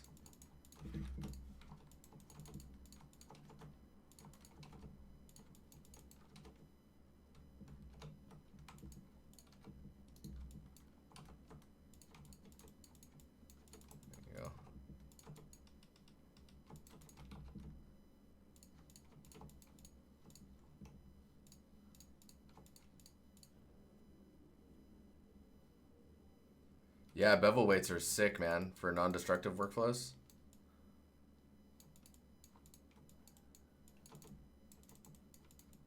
Yeah, it's super cool. For anyone who's like, what is that? Let's do a real quick thing here. So if you bring this up here, if I go to the modifiers, right, and I add bevels, right, let's do this so we can see the edges. Let's add a bunch of bevels. We'll make it pretty wide. But then we want to take this face and we inset it, right? And you got all those bevels and you're like, shit. And then you do this. And you're like, oh man, there's all these bevels. I don't want bevels on this inner edge thing here. You can press N. And there's a bevel weight in edge data. Like it gets stored in the edge data. So weight width method. And I think it's this. Let me see, limit method, weight. So, okay, so select all these, select all your edges, bring the weight up to 1, which is like full bevel. But then you see I'll double click and select this whole loop here, and I lower that, and I can change the amount of that bevel, or just get rid of it entirely. All right, designer, thanks for coming by, man. So you can see I'm no longer weighted on the on this inner loop here. Maybe I want to take these ones and lower them as well. Let's see if I can do this. So see if I want those to be tighter, for example. You do get some weird stuff going on when you get into areas like this, because it's not going to interpolate correctly the weight change.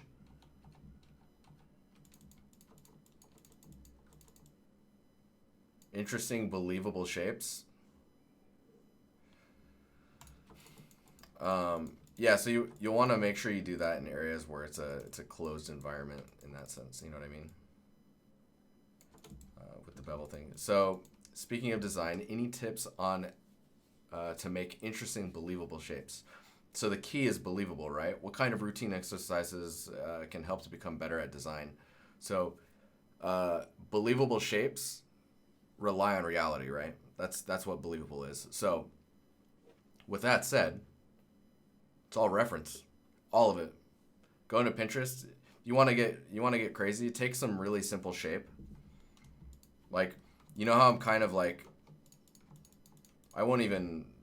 It's completely okay to not be good at something, and then be working to get better at it, right? So right now, my personal view on myself is I'm not very good at this type of trying to design something, right?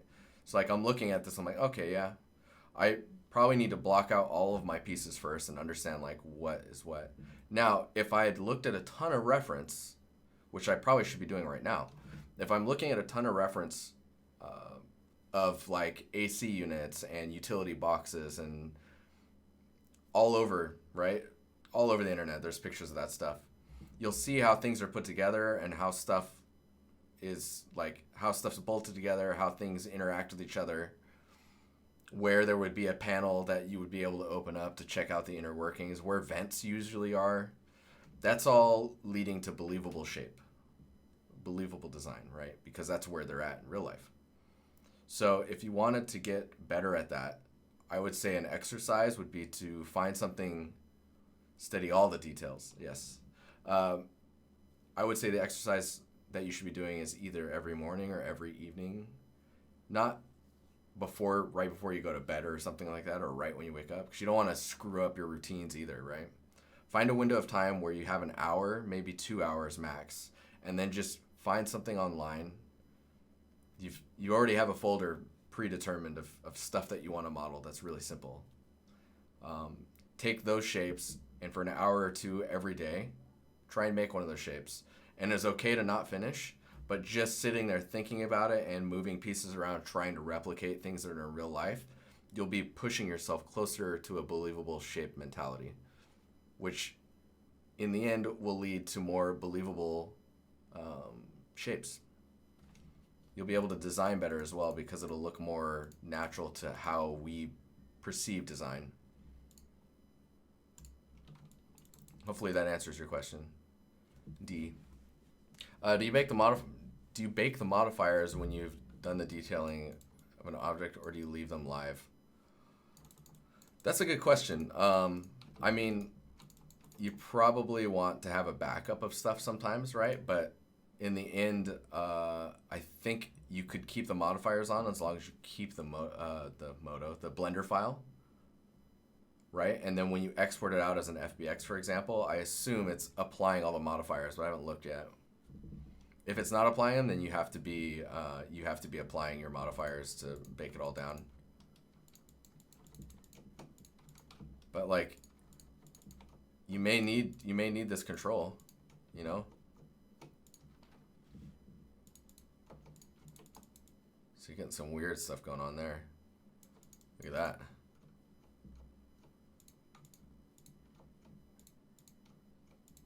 Like, for example, these edges don't need to be weighted anymore, so you can just turn those off. Oh.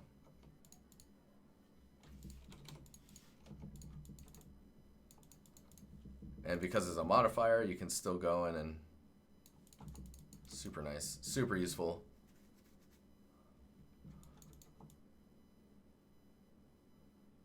There are options to export to apply modifiers. Yeah, that makes sense.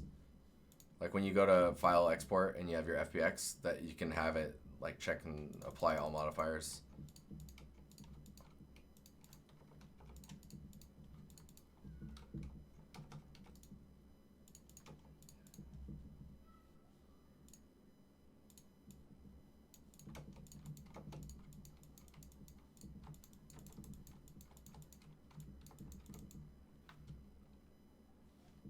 Dude, I'm still really happy with this materials thing I was doing.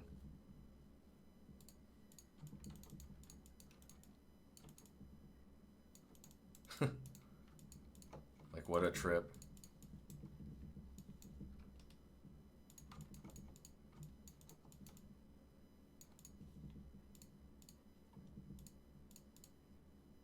You can see there's a little bit of weird warping going on here. That's, you need your weighted normals going on here. There's still some weird stuff going on though. What is happening here? Maybe I need to mark sharp. No.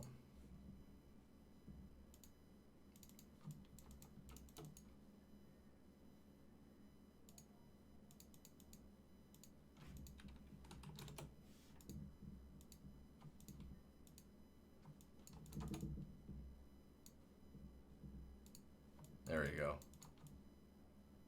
A little better. There's still some issue in there. Let's see if I turn this up to 100. There we go.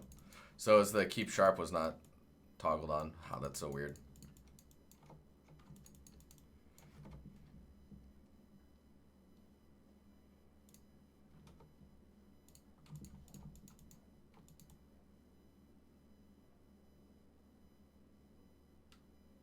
Try object instead of generated? Oh. I've not played with that. Okay, hang on. Let's get a brighter scene in here so we can see what's happening.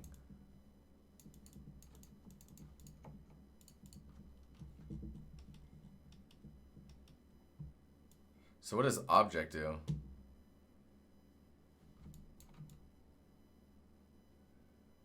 Oh, interesting.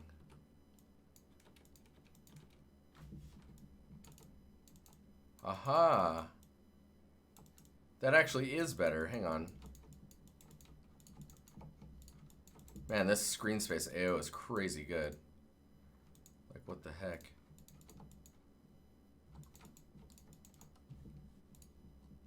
Okay, so let's hide that one.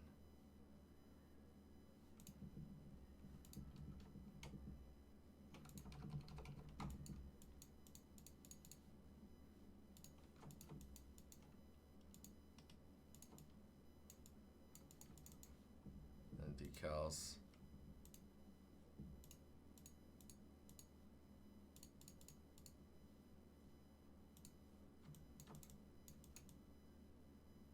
Wow, that is more accurate. Oh, I like. Grow up, what's up? How you doing? Oh, that's way dark.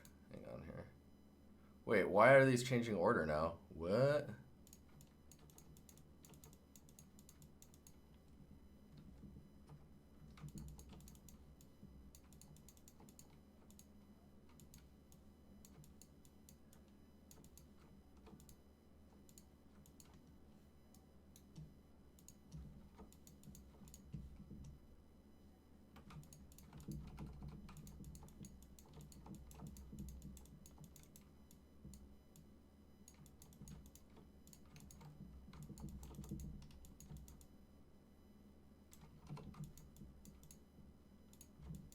Okay, I have to see this all for myself. Dang, that is way more accurate. And that also doesn't require that I skew the Oh man, that's sick. Okay. Thank you very much. That's actually a huge mesh normals and set face strength. Strong increase the strength of the weighted normal. Oh, nice. Thanks, Roscoe.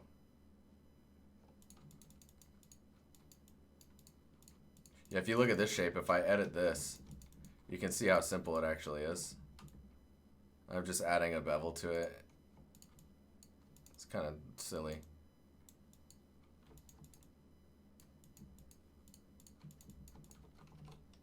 I can bring this up here and show some of the other stuff.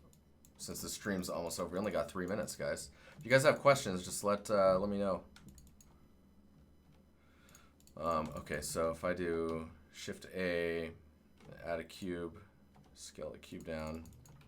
Dude, look how the rust moves with it. It's so sick. Okay, so let's bring this up here. Let's go edit. We'll grab these edges and we'll bevel these. take these guys here and bevel these ones as well. So you can see if we take this and bring it over here. So what we're looking at is, go to edit mode. You can see the profile of this cutting through. The decal machine, dude, this thing's sick. So basically you select these. I think it's this one, and then you select this one, and you press D, and then S. Yeah, it'll make a decal. Of course, currently it does not support the material information below it, but I know that machine's working on that.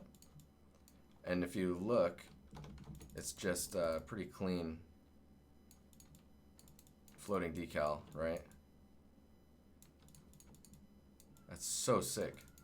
Anyways, so if you take that, right, you can do some pretty cool stuff with this.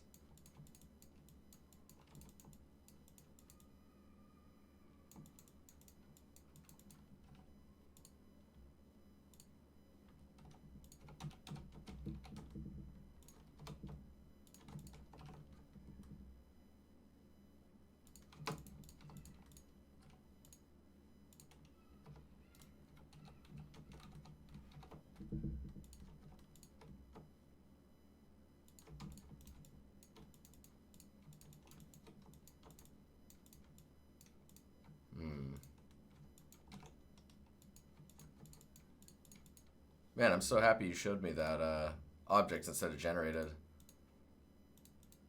That helps immensely.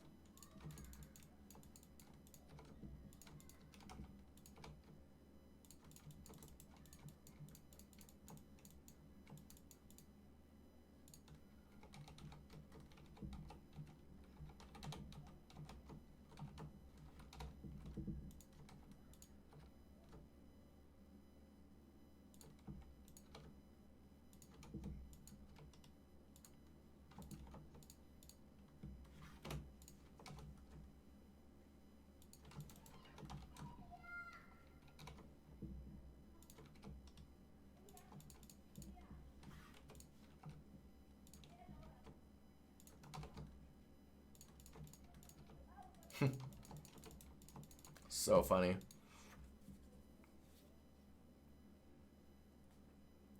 Sorry, let me read chat here.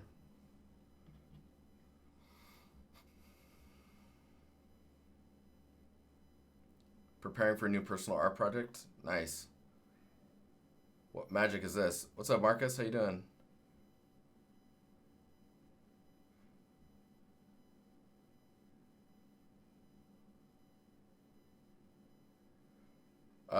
So not anchor points kind of decal machine type stuff. I mean like, let's see here. So you can see there's this type of roughness information that's happening in here is not translating over here. So like in here should be the same as this material. And all you can do right now, I believe, is color match it. So you can attempt to do that. It's not necessarily always going to work. And it tries to do it for you, but because my material is more complex, it's not. Like if I take this and just, let's do this and then I'll get out of here. So let's make a new material. And actually, no, we'll switch to this blue. So you can see you got this blue material, right? And you have these pieces here. If I select it and then press D and then go here and let's just do the same one. See that? It attempts to match. There is some roughness difference, it looks like, in there, but it attempts to match that.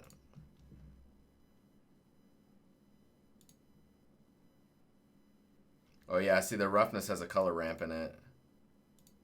That's why it can't match it, because the roughness actually has information versus just a single value. Currently I'm not making my own decals, but we will get there.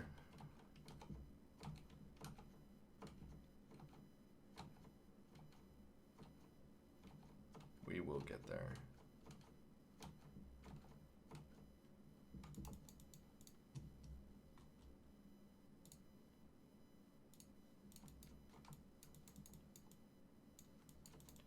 Man, I'm really excited about that, the stuff that you told me about.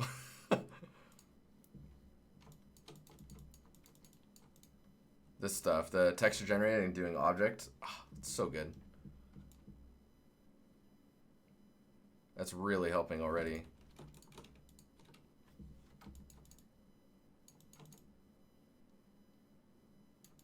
You can see too, once we hide these, that the rust amount changes because it's all screen space. So funny. All right,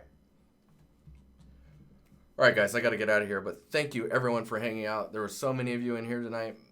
It's super helpful. You guys are helping me get through my cold. I kind of want more coffee. How messed up is that? It's 10 p.m. Hey, thank you for the follow. Yeah, if you're not already, please follow the channel. On Mondays, we usually do a focus stream, kind of like this one. On Thursdays, usually we do 4 portfolio reviews and then an hour of Discord critiques. You can join the Discord, or as we like to call it, the Empire. Just go to the link in chat. It's called dynastyempire.com. We have a podcast as well, where Alex Bedoes interviews people from all over the games industry, including people like people who created things like 80 level, or you know, oh, I can't spoil people coming up. There's a huge list of people coming though. Once I'm back up to 100%, it should be much easier for me to portfolio critique people and all that jazz. What else did I want to say? Yeah, again, thank you for all the people who gave me Twitch Prime subs or subs in general. I do all this stuff for free, so I was really appreciative. I am of all of that. And yeah, eventually maybe I can be doing this much more than I do now. That'll require me to make some work-life changes, but you know, it's where the passion is, right? Anyways, all right, guys, I'm gonna get out of here. Thanks again for hanging out, and I will see you guys later, huh? Have a good weekend. Goodbye. Goodbye.